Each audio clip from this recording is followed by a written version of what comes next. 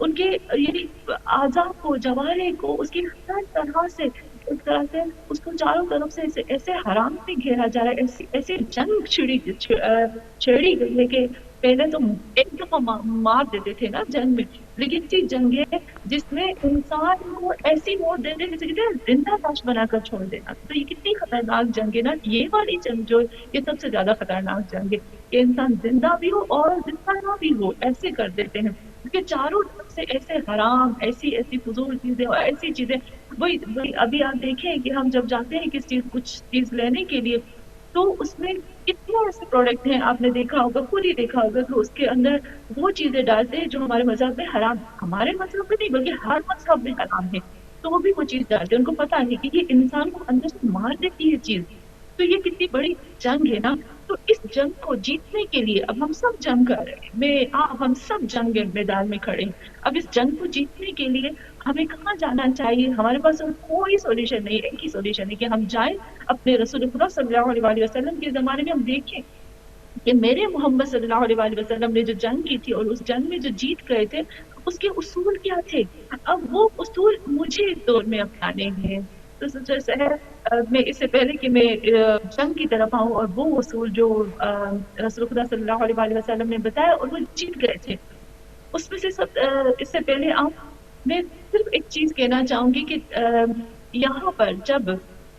جناب جعفر طیار کے بارے میں بتایا کہ جب وہ پہلی مرتبہ ہجرت کر کے حبشہ کی طرف گئے تھے، تو جو حبشہ کا بادشاہ تھا نا، اور جب انہوں نے قرآن کی تلاوت سنی اور ان کی آنکھوں میں آنسو آ گئے، خود قرآن فرماتا ہے کہ جب وہ ایسے اس قرآن کو سنتے تو ان کی آنکھیں جو ہے وہ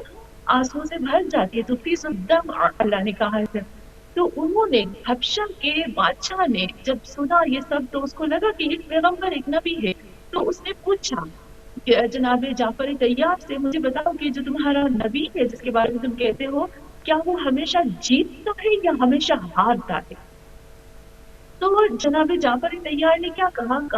وہ کبھی جیتتا ہی کبھی ہارتا ہے، ہمیشہ جیتتا بھی نہیں اور ہمیشہ ہارتا بھی نہیں۔ تو ان لوگوں نے کیا بولا؟ انہوں نے کہا ہاں، ہماری کتابوں میں اس کی جو نشانی لکھی ہوئی ہے، اس کی جو سائن لکھی ہوئی ہے، وہ یہی لکھی ہوئی ہے کہ وہ کبھی جیتے گا کبھی ہارے گا۔ اور رسول خدا صلی اللہ علیہ وسلم بھی خود فرماتے ہیں کہ جب میں جیتتا ہوں تو مجھے کوئی خوشی نہیں ہوتی، جب میں ہارتا ہوں تو مجھے کوئی غم نہیں ہوتا،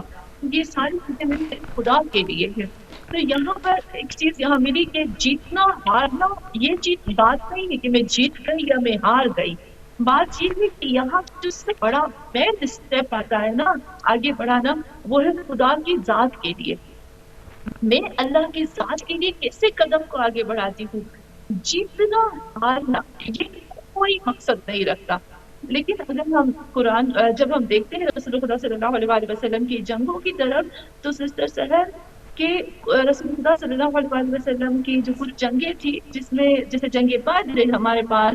جنگ فتح مکہ ہے، خیبر ہے، اور یہ ساری ایسی جنگیں ہیں جس میں محمد صلی اللہ علیہ وسلم جیت گئے تھے، مسلمان جیت گئے تھے۔ اچھا، سب سے پہلی جو جنگ تھی جو بہت ہی خوبصورت جنگ جس کو میں کہتی ہوں، میرے لیے سب سے پہلی اور سب سے خوبصورت ترین جنگ جو ہے وہ ہے جنگ بدر۔ میں یہاں پر انشاءاللہ آج 2 جنگوں کا ذکر کروں گی جو سب سے امپورٹنٹ ہے، سب سے بھی جنگیں میری نظر میں، ایک تو جنگ بدر ہے، دوسری جنگ احد ہے۔ چلے جنگ احد میں آتی ہوں۔ تو جنگ بدر میں جب ہم آتے ہیں نا سسٹرز ہے، یہاں سے ہمیں بہت بہترین کامیابی کے پوائنٹس ملتے ہیں جس کو ہم نے اس دور میں اپنانا ہے اور کامیاب ہونا ہے۔ جنگ بدر ایک وہ واحد جنگ تھی جس میں مسلمان 313 تھے، اور وہاں پہ جو لشکر تھا ہزاروں کے لوگ، یعنی 1000 لوگ تھے، اور وہاں پر ان کے پاس ویپن تھے، ہتھیار تھے، ان کے پاس بہت کچھ تھا، بہت کچھ، گھوڑے اونٹ سب تھے، لیکن مسلمانوں کے پاس کچھ بھی نہیں تھا، گنے چنے سامان تھا، لیکن مسلمان جیت گئے۔ کیوں جیت گئے؟ کیونکہ فرشتے ان کی مدد کے لیے آئے تھے۔ لیکن فرشتے کیوں مدد کے لیے آئے؟ دوسری جنگوں میں ہمیں نہیں ملتا کہ اس طرح سے آئے ہیں فرشتے، لیکن اس قدر فرشتوں کا آنا، جیسے خود خداوند عالم سورہ انفال میں، سورہ آل عمران میں کہتا ہے کہ اللہ کہتے 5,000، ایک دفعہ کہتے 5,000 فرشتے، پھر کہتے 3,000 فرشتے، پھر کہتے 1,000 فرشتے، اور کہتے مسلسل فرشتوں کی مدد سے، یعنی مسلسل کنٹینیو فرشتے جو ہے وہ نازل ہوتے رہے. کیوں کہا؟ یعنی 5,000 بہت اسپیشل ہے، دو اس سے بھی زیادہ خاص، یعنی خاص سے خاص خاص خاص فرشتے. آخر کیا ریزن تھا کہ فرشتے آئے؟ سب سے پہلی پوائنٹ جو ہم نے اس دور میں نوٹ کرنی ہے وہ یہ کہ سسٹر سہل کے جو 313 لوگ تھے نا وہ بہت خالص تھے، وہ بہت مخلص تھے،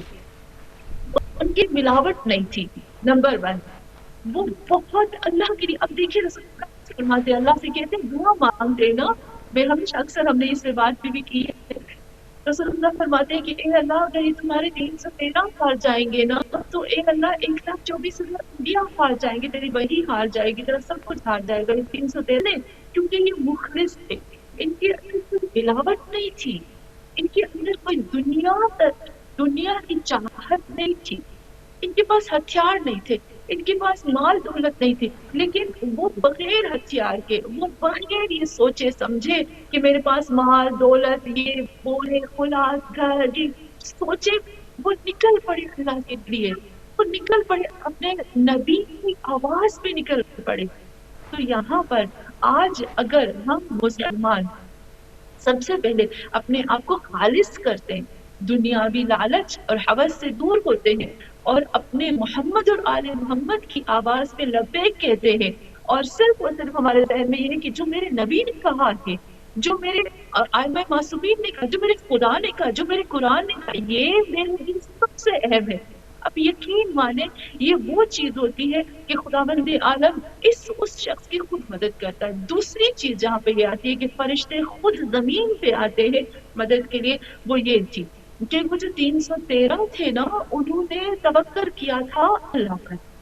سب کچھ جو بھی اپنا غم، اپنا رنج، اپنی تکلیف سب کچھ اللہ کے حوالے کر دی، اللہ کو اپنا وکیل بنا دیا، اللہ کو پکڑ لیا، اس کی طرح اللہ کے دامن کو تھام لیا. اللہ کچھ بھی ہو جائے ہم تو نہیں تمہیں چھوڑنے والے، ہمیں مار دیں گے نا، ہمیں قتل کر دیں گے نا، ہمارے گھروں کو توڑ دیں گے نا، پر اے اللہ ہم تمہیں نہیں چھوڑیں گے. تو یہ سب سے بڑی چیز جو تھی سسٹر سہر جنگ بدر میں، اگر ہم دیکھتے ہیں سب سے بڑی کامیابی کے لیے تو جنگ بدر میں ہمیں یہی نظر آتا ہے کہ وہ لوگ کس طرح سے کامیاب ہوئے تھے، اور پھر ہزاروں فرشتے ان کی مدد کے لیے آئے تھے. کیوں؟ کیونکہ وہ لوگ تیسری چیزوں میں وہ مخلص تھے اپنے نبی کے لیے، ان کے اندر ملاوٹ نہیں تھی. آج اگر ہم دیکھیں نا سسٹر سہر، ہم لوگ مخلص نہیں ہیں. میں کافی چیزیں ایسی نوٹ کرتی ہوں کہ ہم لوگ محمد اور آل محمد سے محبت تو کرتے ہیں لیکن ان کی فرما برداری نہیں کرتے. ہم لوگ جو ہے جہاں پر ہمارا فائدہ ہوتا ہے ہم وہاں پر ان کی بات مانتے ہیں، لیکن جہاں مجھے تھوڑا بھی اپنا نقصان نظر آئے گا نا کہ یہاں پر میرا نقصان ہوگا، وہاں پر میں محمد اور آل محمد کی فرما برداری چھوڑ دوں گی. آج یہ ہے مسلمان. آج اگر مسلمان یہ چیز چھوڑ دینا کہ میرے نبی نے جو کہا ہے وہی بات ہے، جو نبی نے کہا وہ حق ہے، وہ سچ ہے، وہی خدا کی طرف سے. تو مجھے لگتا ہے کہ یہ 3-4 چیزیں جو جنگ بدر کے اندر دیکھیں، وہی کہتے ہیں کہ سب کچھ چھوڑ کر محمد اور آل محمد کے پیچھے لگے، اور خدا نے جب انہوں نے اپنا سب کچھ چھوڑ دیا، دنیا کی لالچ چھوڑ دی، اپنے آپ کو خالص کر دیا، اپنا توکل اللہ پہ چھوڑا، اور اپنے آپ کو نبی کے حوالے کر دیا، بھروسہ کیا نا رسول خدا پر، بھروسہ کیا نا نبی پر، اور اپنے ہاتھ کو نبی کے ہاتھ پہ رکھ. تو دیکھیے خدا نے کیا کام کیا. ان کو خدا نے سب سے پہلے جو جنگ بدر میں اللہ نے کام کیا تھا وہ تھا کہ جنگ بدر کی زمین جو تھی وہ ریت تھی، اور اتنی بدترین ریت تھی کہ اگر وہ پاؤں رکھتے تھے نا تو زمین کے اندر چلا جاتا تھا. ان کے پاس کوئی ٹینٹ نہیں تھے، ان کے پاس کھانے کے لیے کچھ بھی نہیں تھا، ان کے لیے پینے کے لیے نہیں تھا، ان کے لیے نہانے کے لیے نہیں تھا، ان کے پاس کوئی ویپن نہیں تھے، ان کے پاس کچھ بھی نہیں تھا. حتیٰ کہ وہ اتنی تکلیف میں تھے جنگ بدر کے 313 اتنی تکلیف میں تھے کہ میرے محمد صلی اللہ علیہ وسلم خود گریا کرتے تھے، خود روتے تھے ان کے لیے. اللہ نے کیا کیا؟ پروردگار عالم نے بارش کو برسایا، اور پھر وہ جو ریت تھی نا اس کو سخت کر دیا، اور پھر اللہ نے بارش کو اتنا میٹھا اور مزیدار وہ بارش تھی کہ اس بارش میں وہ لوگ نہائے دھوئے پیا، اس کو استعمال کیا اور اپنے آپ کو سیراب کیا، اور سیراب کرنے کے بعد انہوں نے کیا کیا، اور پھر اللہ نے ایک ٹھنڈا ماحول پیدا کر دیا جس سے ان کو سکون ملا، پھر اللہ نے فرشتوں کو نازل کیا۔ تو سسٹر سحر، اگر ہم جنگ بدر کے اندر آتے ہیں نا، اگر مسلمان اپنے آپ کو نبی کے حوالے کر دے، اللہ پہ توکل کرے، خلوص کے ساتھ آ جائے، دین کو جو ہے وہ ترجیح نہ دے دنیا پر، اور دنیا کو چھوڑ دے، دولت مال یہ سب چیزیں تو ہونی چاہیے، میں نہیں کہتی کہ نہیں ہونی چاہیے، یہ ایک طرح سے ضرورت ہے، لیکن خدا اور اللہ اور اس کے رسول کا جب موقع آ جائے نا کہ ہمیں کون سی چیز کو چوز کرنا ہے، تو ہمیں ان کو چوز کرنا ہے، جب ان کو چوز کریں گے تو خدا خود ہی ہمیں مال دولت یہ سب کچھ دے دے گا۔ تو یہاں پر جنگ بدر میں ہم دیکھتے ہیں تو کامیابی اور یونٹی جو ہے نا وہ بہت اہم ہے۔ جو دوسری جنگیں اگر ہم دیکھتے ہیں تو اس میں ایک یونٹی نظر آتی ہے، لیکن سب جنگوں کے اندر جو کامیاب جنگیں جب دیکھتے ہیں نا مسلمانوں کی، ان میں ایک ہی قانون ملتا ہے کہ جو نبی نے کہا اس کو اسی کے اوپر عمل کرو، جو رسول نے بولا ہے وہ سب سے اہم ہے، جو ان لوگوں نے اس طرح سے کیا ہو گئے۔ بالکل صحیح فرمایا آپ نے۔ اچھا مقصودہ یہ بتائیے گا کہ کون سی ایسی جنگیں تھیں کہ جن میں مسلمانوں کو شکست کا سامنا کرنا پڑا، اور کون سی ایسی وجوہات ہیں جن کی وجہ سے مسلمانوں کو شکست اٹھانی پڑی، اور اگر آج کے دور میں ہم ان کو دیکھیں اور ان کا کمپیئر کریں ان کو، تو کیا ایسے سبق ہیں جو ہم سیکھ سکتے ہیں، کون سی ایسی باتیں ہیں جو پوائنٹس ہیں وہ ہم نوٹ کر سکتے ہیں جو شکست جنگوں میں ہوئی مسلمانوں کو اس کے حساب سے آج کے دور میں؟ جی سسٹر، کچھ ایسی جنگیں ہیں جس میں مسلمان جو ہے وہ ہار گئے تھے، لیکن ایک جنگ ہے جس کا نام جنگ احد ہے، وہ بہت میں سمجھتی ہوں کہ جنگ احد جو ہے وہ بہت زیادہ جنگوں میں ایسی جنگ ہے جس میں بہت پوائنٹس ملتے ہیں، جیسے جنگ احد جو ہے اس میں مصعب جو تھے، مصعب ابھی میں ذکر کروں کہ مصعب کون تھے، اس کا شہید ہو جانا، پھر اس کے بعد جو ہے وہ حضرت حمزہ کی شہادت ہے، اور پھر اس کے اندر جو ہے وہ ذوالفقار جو تلوار ہے اس کا آنا، اور اس کے بعد جو ہے بی بی فاطمہ الزہرا کی تسبیح کا ہونا، اور اس کے بعد جو ہے وہ نصیبہ کا آنا، یعنی جنگ احد جو ایسی جنگ مسلمان فرار کر گئے تھے، بھاگ گئے تھے، اس میں یہ ایک ایسی جنگ ہے جس میں کافی ہمیں اس میں لیسن ملتا ہے جنگ احد میں۔ تو سسٹر صاحب اگر آپ مجھے اجازت دیں تو میں تھوڑا سا جنگ احد ضرور کے بارے میں اور اس کے جو ضرور مین ضرور پوائنٹس ہے اس کی طرف آؤں۔ ضرور۔ تو سب سے پہلے میں یہ کہوں گی کہ جنگ احد جو تھی وہ ہم سب کو پتا ہے کہ محمد صلی اللہ علیہ وآلہ وسلم 40 سال کی عمر میں نبوت پر فائز ہوئے تھے، لیکن 40 سال کے بعد وہ 13 سال جو تھے وہ مکے میں رہے تھے، اور 13 سال کی تبلیغ کے بعد وہ 13 سال کے بعد پھر وہ ہجرت کر کے مدینہ، تو جب ہجرت کر کے آئے تھے تو پہلے سال میں جو تھی وہ جنگ بدر ہوئی تھی۔ دوسری جو جنگ تھی وہ تقریباً 3 سال کے بعد وہ یعنی 2 سال کے بعد جنگ احد ہوئی تھی۔ تقریباً آپ یوں سوچیں کہ رسول اللہ صلی اللہ علیہ وآلہ وسلم کے بعثت کے 16 سال کے بعد، یعنی اس وقت محمد صلی اللہ علیہ وآلہ وسلم 56 ایئر کے تھے، تو یہاں پر ہم دیکھتے ہیں کہ 16 سال کے بعد رسول اللہ کی نبوت کے بعد جنگ احد ہوئی تھی۔ جنگ احد اس طرح سے ہوئی تھی کہ جو جنگ احد ہے، جب مسلمان جو بدر کے مسلمان تھے وہ جب جیت گئے تو اس کے بعد کفار نے، اس میں سب سے بڑا جو نام آتا ہے وہ ابو سفیان کا آتا ہے۔ ابو سفیان جو ہے اس نے جب دیکھا کہ جنگ میں مسلمان جو ہے جنگ بدر میں جیت گئے ہیں، تو اس نے کیا کہنا شروع کر دیا کہ جب تک میں بدلہ نہیں لوں گا، اور کفار اور دوسرے بھی کفار تھے جو مکہ کے تھے، انہوں نے کہا کہ جب تک کا بدلہ نہیں لے کے ہم ایک روم میں بھی اپنی بیوی کے ساتھ نہیں رہیں گے، اور پھر کافی ایسی چیزیں، اور پھر ابو سفیان جو تھا وہ لوگوں کو رونے نہیں دیتا تھا، کہتا تھا کہ مت رو، کیونکہ جب تم لوگ رو گے نا، جو ان کے مارے گئے تھے جنگ بدر میں، تو کہا کہ جب تم رو گے نا تو رونے سے کیا ہے کہ تمہارا جو جوش ہے وہ ٹھنڈا ہو جائے گا۔ تو کتنے کفاروں کے اندر کتنا بڑا وہ تھا نا، انہوں نے 5,000 کے لشکر کو جمع کیا۔ میں شروع سے یہ ساری چیزیں بتاتی ہوں تاکہ ہمیں اچھے سے یہ چیز جو ہے وہ سمجھ میں آ جائے۔ انہوں نے 5,000 لوگوں کا لشکر جمع کیا، اس میں سے ان لوگوں نے اس میں سے جو ان لوگوں نے چیزیں جمع، اس میں سے 5,000 لوگوں کا لشکر تو تھا ہی تھا، سپاہی جو تھے، اس کے ساتھ ساتھ انہوں نے بہت زیادہ جیولری، اس میں بہت زیادہ جو ہے وہ سونا چاندی، یہ ساری چیزیں جو ہے انہوں نے اکٹھا کی۔ پھر اس کے بعد جو ہے وہ کھانا پینا اور بہت زیادہ ایسی دنیاوی چیزیں انہوں نے اکٹھا کی. پھر اس کے بعد انہوں نے عورتوں کو بھی اکٹھا کیا. کچھ ایسی عورتیں تھیں ان کو بھی لوگوں نے تیار کیا. لیکن یہاں پر سسٹر سہل میں آپ کو یہ جو پوائنٹس بتاتی ہوں نا، آپ ہم ان پوائنٹس کو ہے نا آج کی جو دنیا ہے اس کے ساتھ ہم کمپیئر کر سکتے ہیں. ان لوگوں نے جنگ کے لیے عورتوں کو تیار کیا. اچھا ان عورتوں کا جو کام تھا، اب دیکھیے گا اس کو بھی آپ بھی کمپیئر، ہم دونوں مل کے اس کو کمپیئر کرتے ہیں. ان لوگوں نے ابھی دیکھیے ان لوگوں نے جیولری، ان لوگوں نے دنیاوی سامان، مال، دولت، یہ سب اکٹھا کیا. کیوں؟ کیونکہ یہ جو ہے نا اگر کہیں پر بھی ہم لوگ پیچھے ہٹ گئے اور ہار گئے تو یہ ساری چمک دمک ہم مسلمانوں کو دکھا کر ان کو ہرا سکتے ہیں. اچھا کتنا بڑا ان کا دماغ تھا. دوسرا کام انہوں نے یہ کیا کہ انہوں نے عورتوں کو تیار کیا. اب دیکھیے کتنی بڑی مینٹلٹی ہے ان لوگوں کی. اب دیکھیے کہ اب کیا یہ جو دنیا کی چمک دمک ہے آج کے دور میں نہیں دکھائی جاتی ہماری نسلوں کو، ہمارے جوانوں کو، ہمارے بچوں کو. یہ جو دنیا کی چمک دمک کے ذریعے سے نہیں کھینچا جاتا. آج آپ دیکھو کہ ہمارے بچے جو ہیں وہ ٹک ٹاک پر، کتنے مسلمانوں کے بچے ٹک ٹاک پر ناچ رہے، گا رہے ہیں، کچھ ایسی چیزیں، ایسی حرکتیں کر رہے ہیں جو ان کو دیکھ نہیں دیتی. دوسری چیز اگر دیکھیں تو ان لوگوں نے عورتوں کو تیار کیا. ان عورتوں کا دو وجہ سے ان لوگوں نے عورتوں کو تیار کیا. ایک تو عجب بات یہ آتی ہے کہ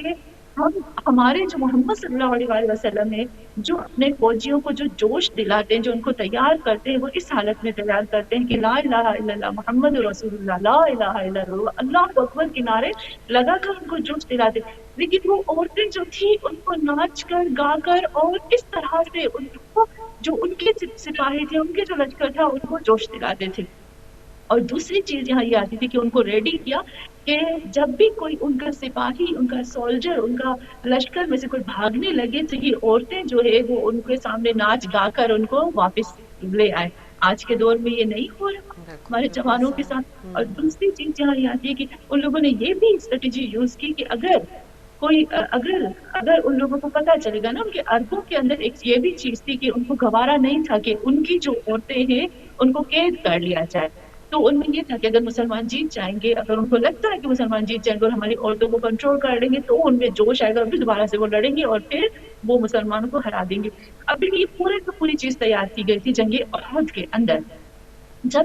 جناب عباس کے بارے میں ملتا ہے، کچھ روایت میں ملتا ہے کہ جناب عباس جو رسول خدا صلی اللہ علیہ وسلم کے چچا تھے، وہ دل سے مسلمان ہو گئے تھے لیکن اپنے اسلام کو انہوں نے ظاہر نہیں کیا تھا. اور کچھ کے مطابق نہیں، ابھی مسلمان نہیں ہوئے تھے لیکن رسول خدا صلی اللہ علیہ وسلم سے شدید محبت کرتے تھے. تو ان کو جب پتا چلا نا کہ یہ لوگ حملہ کرنے والے، تو انہوں نے رسول خدا کو میسج بھیجا، پیغام بھیجا. اور پھر رسول خدا کو پتا چل گیا اور پھر رسول خدا صلی اللہ علیہ وسلم نے دیکھ کر، یہاں سسٹر سر آپ پوائنٹس نوٹ کریے گا جنگ احد کے کہ کتنے خوبصورت پوائنٹس ہیں اس کے اندر. لیکن پھر بھی مسلمان جیت کے ہار گئے تھے، جیتے ہوئے ہار گئے تھے. یہ بہت بڑی جنگ ہے یہاں پر. تو یہاں ایسا ہوا کہ جب رسول خدا صلی اللہ علیہ وسلم کو پتا چلا تو رسول خدا نے سب لوگوں کو جمع کیا، مدینے میں بیٹھے اور مدینے کے اندر کچھ جوانوں کو بھی اکٹھا کیا ساتھ میں. اور جوان جو تھے مشورہ کیا کہ ہم لوگ کیا کریں. تو رسول خدا کا جو پوائنٹ تھا نا وہ یہ تھا کہ ہم لوگ مدینے کے اندر رہیں اور جیسے ہی جو دشمن ہے وہ ہمارے جیسے مدینے پہ حملہ کرتا ہے، ہمارے شہر پہ حملہ کرتا ہے، تو ہم جو ہے وہ چاروں طرف سے مدینے کو گھیر لیں اور ان کے اوپر اٹیک کریں. اور اگر مدینے کے اندر داخل ہوتے ہیں تو وہ جو بوڑھے لوگ ہوتے ہیں وہ جو عورتیں ہوتی ہیں وہ اپنے گھروں سے جو ہے وہ ان کو پتھر مارے، یعنی وہ جو بوڑھے ہیں وہ بھی ان کو پتھر مارے یا تیر مارے، بھی اندر سے ایک ایسا ڈیفینس ہو جائے کہ وہ جو دشمن ہے وہ اگر اندر آ بھی پائے تو وہیں پر ختم ہو جائے. اور یہاں پر ایک طرح سے ایک عورت بھی ایک فوجی بن جائے، ایک سپاہی بن جائے اسلام کا، اور وہ بھی اسلام کے لیے اپنے قدم کو آگے بڑھائے. لیکن بات کیا ہوئی، یہ جو پوائنٹ تھا وہ کچھ لوگوں کا تھا اور میرے نبی کا بھی یہ پوائنٹ تھا اور میرے نبی بھی یہ چاہتے تھے. لیکن کچھ جوان لڑکے تھے، کچھ جوان بچے تھے، کچھ جوان گرم، ان لوگوں نے کہا کہ نہیں یا رسول اللہ، ہم جو ہے وہ مدینے سے باہر چاہتے ہیں کہ مدینے سے باہر حملہ ہو، اور ہم چاہتے ہیں کہ ہمیں ہماری غیرت گوارا نہیں دیتی کہ ہماری جو عورتیں ہیں وہ چھتوں پہ سے ان کو پتھر مارے یا کچھ بھی، ہماری غیرت گوارا نہیں کرتی کہ وہ مدینے میں داخل ہو۔ اچھا، رسول خدا صلی اللہ علیہ وآلہ وسلم خود چاہتے تھے کہ یہ جو پہلے والا تھا، لیکن یہ رسول خدا یہ نہیں چاہتے تھے، لیکن پھر بھی رسول خدا نے ان کو ہاں کیا۔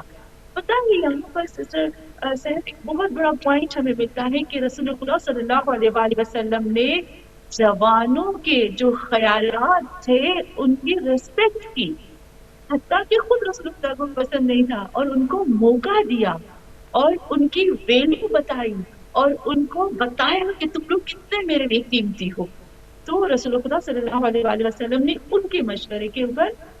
جنگ احد کے لیے کہا کہ ہم باہر کریں گے۔ پھر ایک پہاڑی تھی، وہاں پر مسلمانوں کو کہا رسول خدا صلی اللہ علیہ وآلہ وسلم نے، جسے مولا کائنات امیر المومنین علی علیہ السلام فرماتے ہیں، بہت بڑے رائٹر ہیں، وہ کہتے ہیں کہ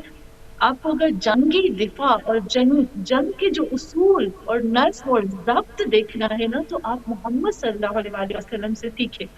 کبھی اگر اللہ موقع دے تو ہم انشاءاللہ اس پہ بات کریں کہ میرے محمد صلی اللہ علیہ وآلہ وسلم کس طرح سے فوجیوں کو کھڑا کرتے تھے۔ ان میں ایک تھا یمین، ایک تھا یسار، یعنی ایک جتھے کو جمع کرتے تھے۔ ایک تھا جو یمین یعنی سیدھے طرف والا، ایک تھا الٹی طرف والا، اور کس طرح ان کو ٹرین کرتے تھے کہ سیدھے جو طرف والے ہوتے ہیں، جو دائیں طرف والے ہیں، وہ کس طرح سے جب جنگ ہوتی تھی تو وہ بائیں طرف جو ہے وہ کنورٹ ہو جاتے، اور بائیں والے جو تھے وہ دائیں طرف، یعنی اتنا خوبصورت طریقے سے اور کتنے پیارے انداز میں اور کتنے نظم اور ضبط کے ساتھ میرے محمد صلی اللہ علیہ وآلہ وسلم اپنے یہ جو فوجی تھے ان کو منظم کرتے تھے اور ان کو کتنا ڈسپلن اور بہت زیادہ خوبصورت طریقے سے سمجھاتے تھے۔ اب یہاں پر جب جنگ کی بات آتی ہے، جنگ احد کی جب بات آتی ہے تو یہاں وہ آتا ہے کہ رسول خدا نے 50، میں نے ابھی کہا کہ وہ لوگ 5000 تھے اور مسلمان جو تھے وہ 1000 تھے۔ یہاں پر بات آتی ہے کہ رسول خدا صلی اللہ علیہ وآلہ وسلم نے ایک پہاڑ تھا اور پہاڑ کے بیچ میں ایک جگہ تھی، 2 پہاڑ تھے اور 2 پہاڑوں کے بیچ میں ایک جگہ تھی کہ وہاں پر رسول خدا صلی اللہ علیہ وآلہ وسلم نے 50 جو تیر کمان والے تھے یہاں پر ان کو کھڑا کر دیا نا، کہ جو تیر انداز تھے ان کو کھڑا کر دیا، 50 لوگوں کو کہا کہ کچھ بھی ہو جائے، رسول خدا نے فرمایا ہاں کہ ہم لوگ جیت جائیں، مسلمان جیت جائے، کچھ بھی ہو جائے، جب تک میں نہ کہوں تم لوگوں کو اس جگہ کو چھوڑنا نہیں ہے۔ لوگوں نے کہا ٹھیک ہے۔ اب جنگ جو ہے وہ جیسے ہم کہ وہ آتے ہیں اور پھر جنگ شروع ہوتی ہے، مسلمان جیت جاتے ہیں، لیکن سب سے پہلی چیز آتی ہے کہ مسلمان جیت گئے۔ جب مسلمان جیت گئے نا، اب یہاں پر جو ہم نے پوائنٹس بتائے تھے کہ کفار نے وہ جو اسٹریٹجی یوز کی تھی کہ ہم نے جیولری، ہم نے سونا چاندی موتی دنیاوی مال دولت چیزیں جو ہے وہ لے کے آنی۔ کفار نے کیا کیا تھا، انہوں نے کہا جب مسلمان جیت گئے نا تو کفار نے ایک دوسرے کو یہی کہا تھا کہ جیسے ہی اگر تم ہارنے لگو نا تو یہ جو مال مٹیریل ہے نا اس کو پھینک دو۔ اب جب تم اس کو پھینکو گے تو سارے مسلمان جو تھوڑا سا تم لوگ آگے بھاگ جانا، یہ چھوڑنا نہیں میدان، تم تھوڑا آگے بھاگ جانا۔ جیسے ولید بن مغیرہ، ابو سفیان نے ولید بن مغیرہ کے پاس 200 لوگ تھے، اس کو کہا کہ یہ جو کھڑے ہوئے تھے نا لوگ یہاں پر جہاں رسول خدا نے 50 تیر انداز کو کھڑا کر دیا تھا، اس کو ٹوٹ کرنا۔ اب جیسے ہی یہاں سے یہ جو تیر انداز ہے نا یہ ہٹ جائے، یہاں سے تم حملہ کرنا، کیونکہ یہ مین جگہ تھی، رسول خدا نے اس کو کھڑا کر دیا تھا۔ اب سسٹر صاحب یہاں یہ چیز آتی ہے جنگ احد میں کہ جب جنگ مسلمان جیت جاتے ہیں تو ان لوگوں نے جو مال مٹیریل سونا چاندی جو بھی کچھ تھا انہوں نے پھینک دیا، پھینک کے تھوڑا سا آگے بھاگے، لیکن ان کو ابو سفیان یا ولید یا جو بھی ان کے بڑے تھے انہوں نے کہا کہ تمہیں چھوڑنا نہیں ہے میدان، تمہیں دور سے چھپ کے دیکھنا ہے، کیونکہ ابھی دوبارہ سے تم لوگوں کو حملہ کرنا ہے، کیونکہ ان کو پتا تھا کہ مسلمان جو ہے وہ مال اور دولت پہ آئیں گے۔ ایسا ہی ہوا کہ جتنے مسلمان جو جنگ کر رہے تھے وہ مال اور دولت پہ ٹوٹ پڑے۔ جب ٹوٹ پڑے نا، یہ بہت بڑا پوائنٹ ہے، بہت بڑا پوائنٹ ہے آج کے لیے کہ آج کا مسلمان کیوں ہار رہا ہے۔